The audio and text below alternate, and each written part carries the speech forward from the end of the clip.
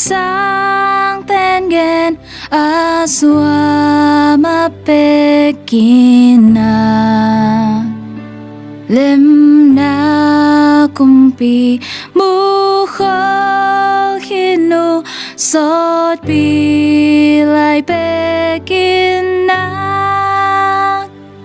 amin in lam dang tu lak pa avang lian bel pasyan ton tu pakilem na kumpi tok te to pa pasyan Amin vang lian van mi tele mi siang tên pa